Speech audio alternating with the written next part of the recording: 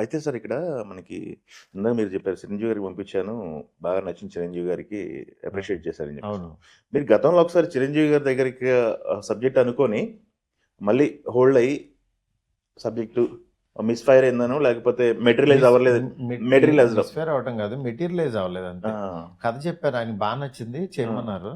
కానీ ప్రభాస్ గారిది ఉంది కదా అని చెప్పి నేను ఇది చేయాల. ఓకే, నెక్స్ట్ ఎక్స్పెక్ట్ చేయొచ్చా బాస్ దగ్గర నుంచి? డెఫినెట్ గా ఆయనతో చేయాలని ప్రతి ఒక్కళ్ళు డ్రీమే కదండి. Yes, ఆ టైం అన్ని కలిసి రావాలి Yes. ఆ టైంకి. Yes, ఎందుకంటే యంగ్ డైరెక్టర్లు అందరినీ కూడా ఎంకరేజ్ చేస్తున్నారు, ఆయన కూడా. అవును ఆయన ఫుల్ ఫామ్ లో ఉన్నారు, ఇంకా అవును, కొట్టుకెళ్ళిపోతున్నారు. చాలా బాగున్నారు అసలు ఇప్పుడు ఇంకా. సూపర్ అండి. అయితే ఇంకొకసారి ఇక్కడ అందరికీ ఇంకొక డౌట్ వస్తుంది. మీరు బన్నీ గారు, ఎస్కేఎన్ గారు, మన వాసు గారు, బన్నీ వాసు గారు అంతా ఒక సర్కిల్ కదా. బన్నీ గారికి ఎప్పుడు ఇలాంటి సబ్జెక్టులు చెప్పలేదా? బన్నీ గారి దగ్గర డిస్కషన్స్ అవ్వా? బన్నీ గారితో మారుతి గారి సినిమా ఎప్పుడు? పాన్ ఇండియా డైరెక్టర్ అయిపోయారు కదా, బన్నీ గారు నెక్స్ట్ సినిమా ఎక్స్పెక్ట్ చేయొచ్చా అనేది అభిమానుల నుంచి ఒక క్వశ్చన్. దీనికి మీరు ఆన్సర్ చేయగలరా? నాకు బన్నీతో చేయాలని కోరుకుంది. కాకపోతే బన్నీ నేను కలిసినప్పుడు మాత్రం ఆ మ్యాజిక్, ఆ టైమింగ్ స్క్రీన్ మీదకి తీసుకురావాలి. అది తెస్తే డెఫినెట్ గా అది కొత్త సినిమా అవ్వాలి. దానికి అంటే నాకు అంటే నేను కొన్ని కథలు అనుకున్నాను. డెఫినెట్ గా బన్నీకి అయితే చెప్తాను. చెప్పిన రోజు అది స్ట్రాంగ్ గానే ఉంటది. ఆల్రెడీ మెటీరియల్ రెడీగా ఉంది. అయితే మెటీరియల్ ఎప్పుడు రెడీగానే ఉంటుంది. ఓకే, ఆయన ఇమేజెస్ ఇప్పుడు ఇమేజ్ మారిపోయింది కదా, కొంచెం స్ట్రాంగ్ కంటెంట్ తోనే వస్తాను. ఓకే, ఇమేజ్ హ్యూజ్ ఇమేజ్ మారిపోయింది కదా, ఇమేజ్ ప్యాన్ మారిపోయింది కదా బన్నీ గారిది. అవునవును, దానికి తగ్గట్టు కథలు అనేది ఒక కత్తి మీద సాము లాగా ఉంటుంది పరిస్థితి ఇప్పుడు. అవునవును, అందుకని లేలే పక్కగా మంచి కంటెంట్ తోనే వస్తాను. Okay, super sir. Coming to మన సినిమా, ఇంకొకరికి సార్, ఇది మన రాజ్యసభ విషయానికి వస్తే ప్రభాస్ గారి పేర్స్ అంటే ఫ్రెష్ పేస్ని తీసుకొచ్చారు ఎందుకు అనేది ఒక ఇది ఉంది. దానివల్ల దానికోసం ఏమన్నా స్ట్రాటజీ ఉందా దానికి? ఫ్రెష్ పేస్ అంటే ఏం లేదండి, అంటే హీరోయిన్స్ నాకు క్యారెక్టర్స్ కనిపించాలి, వాళ్ళ గత ఇమేజ్ కనిపించకూడదు, కనిపించాలి. నెక్స్ట్ మీకు సినిమా కథలోకి వెళ్ళాక వాళ్ళు మీకు ఏమవుతుందంటే వాళ్ళ క్యారెక్టర్తోనే క్యారీ అవుతుంటారు. అందువల్ల అది ఇబ్బంది ఉండదు. దాన్ని బేస్ చేసుకుని చేసాం అనమాట. అది మనకి ఎక్కడ వాళ్ళ ఇబ్బంది లేదు. నెక్స్ట్ ఏంటంటే చాలా బాగా యాక్ట్ చేశారు సినిమాలో. మీరు మూవీ చూసినప్పుడు మీకే చెప్తారు, మాల్విక ఇలా చేసింది, రిధి కుమార్ ఇలా చేసింది, నిధి ఇలా చేసిందని. అది చాలా బాగుంటుంది. వెరీ గుడ్, వెరీ గుడ్ అండి. అది సినిమాలో సంజయ్ దత్ గారు ఇంపాక్ట్ ఉన్న రోల్ ప్లే చేశారు కదా. అవును, సంజయ్ దత్ గారిని ఇన్ని రోజులు ఎలా జరిగింది షూటింగ్? సంజయ్ దత్ గారు, ప్రభాస్ గారు, ఈ రెండు డైనోసార్లు లాంటి వ్యక్తులు సెట్లో ఉంటే వాతావరణం ఎలా ఉండేది? నిజంగా సంజయ్ దత్ గారు ఎరగదీశారు అసలు. యాక్టింగ్ ఆయన నెక్స్ట్ లెవెల్ చేశారు. ఆయన్ని తెలుగు సినిమా స్క్రీన్ మీద మీరు చాలా కొత్తగా అనిపిస్తుంది.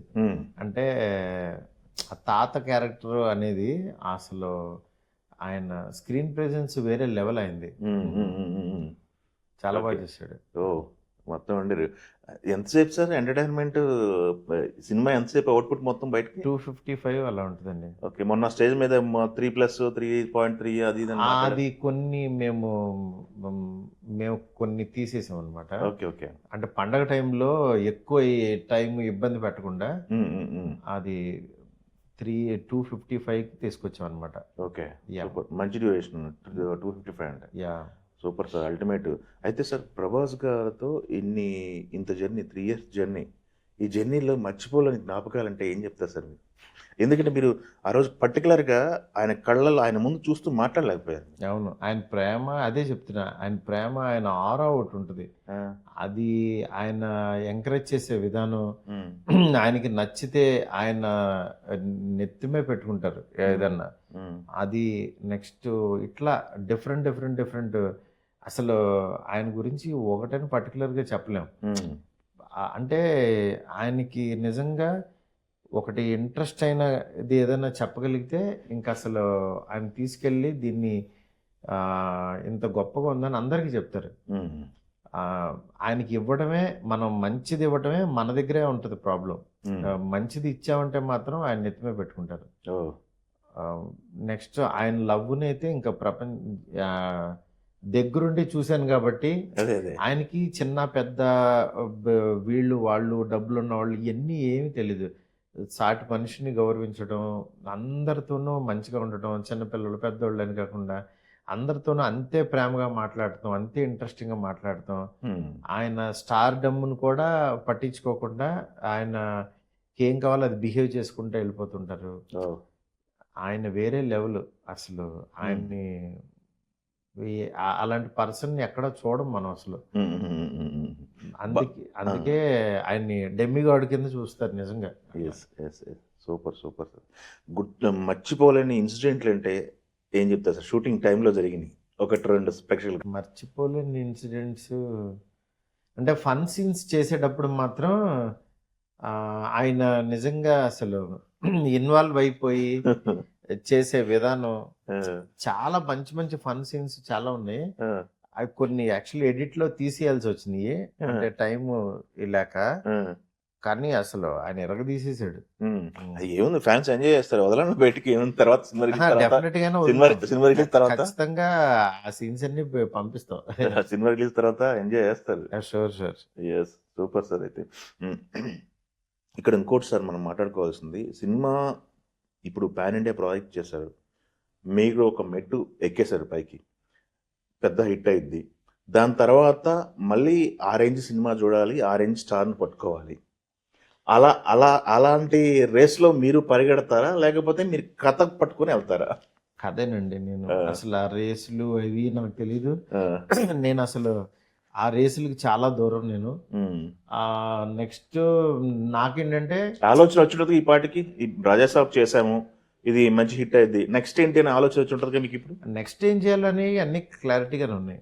నెక్స్ట్ ప్రభాస్ గారితో రాజాసాబ్ 2 కూడా చేయాలి. అట్లాగో ఓ సూపర్ 2 కూడా చేస్తాము. కానీ చాలా కంఫర్టబుల్గా దీంట్లో జర్నీ అనుకుంటున్నాను నేను.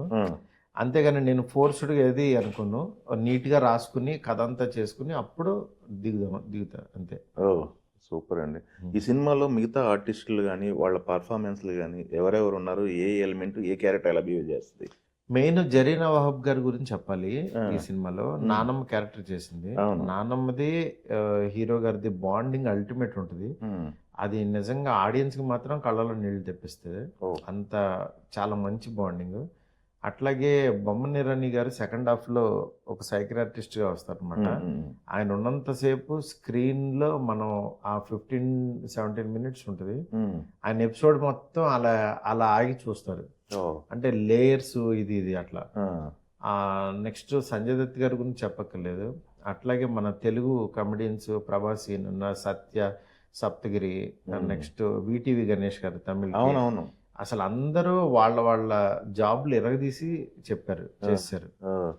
టోటల్ సినిమాలో ఎవ్రీ క్యారెక్టర్కి ఒక రీజను, ఒక ఇది పర్ఫెక్ట్గా బ్లెండ్ అయింది. అది సూపర్ అండి.